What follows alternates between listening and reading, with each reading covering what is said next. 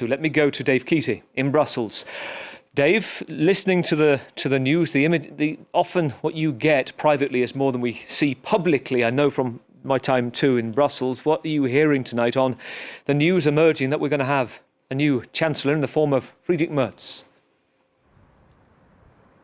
Yeah, it's interesting because I'm hearing two different reactions. People are simultaneously relieved but also unnerved. So I think there was some fear following a lot of the recent elections, particularly how shocked Europeans were by the result of the US election, that AfD could somehow exceed all expectations and come first in the elections. I've been hearing that a lot the past week. It was never likely based on polls, but there was a real fear about that here. So the fact that AfD didn't exceed polls, in fact, it looks like, according to the exit polls, that they may have come slightly less than where they were polling, and in particular below that 20% number, which seems to scare people so much. But at the same time, they're also looking at this election result, showing that it's going to be somewhat inconclusive here. The CDU also did slightly worse than expectations, and it looks like, again, according to these exit polls, so we'll see if they bear out, that the Liberal FDP got above 5% and will be in the government. So what it's pointing to is two things. One, that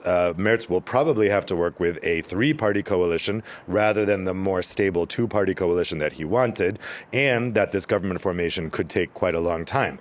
That's not time that Brussels has right now.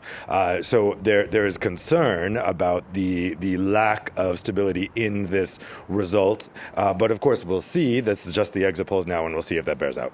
So Ursula von der Leyen possibly sat up just above you on the 13th floor right now in her office/home, looking at the news coming in, looking at what's going on in her home country. And I'd like to get the sense of possibly now politicians have been able to be a bit more loose lips, because we've seen now the end of the period of Olaf Scholz. What has been the feeling of dealing with the Germans in the room, with this traditional power engine of Europe, the Germans and the French?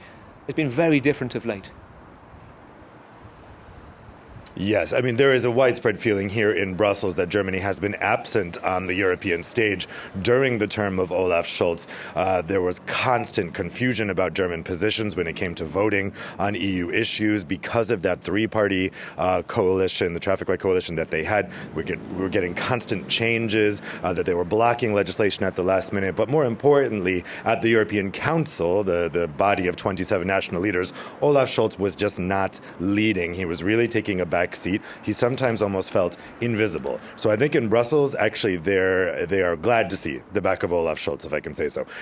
Now, Friedrich Merz, I think that because he is very kind of strong, he says his positions much more clearly than Olaf Scholz does.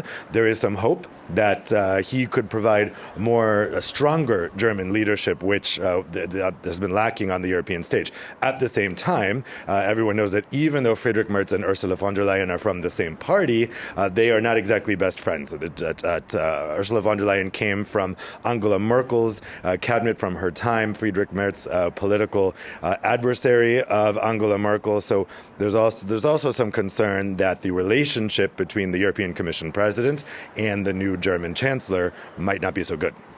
Dave, very good to talk to you and get that clarity from Brussels.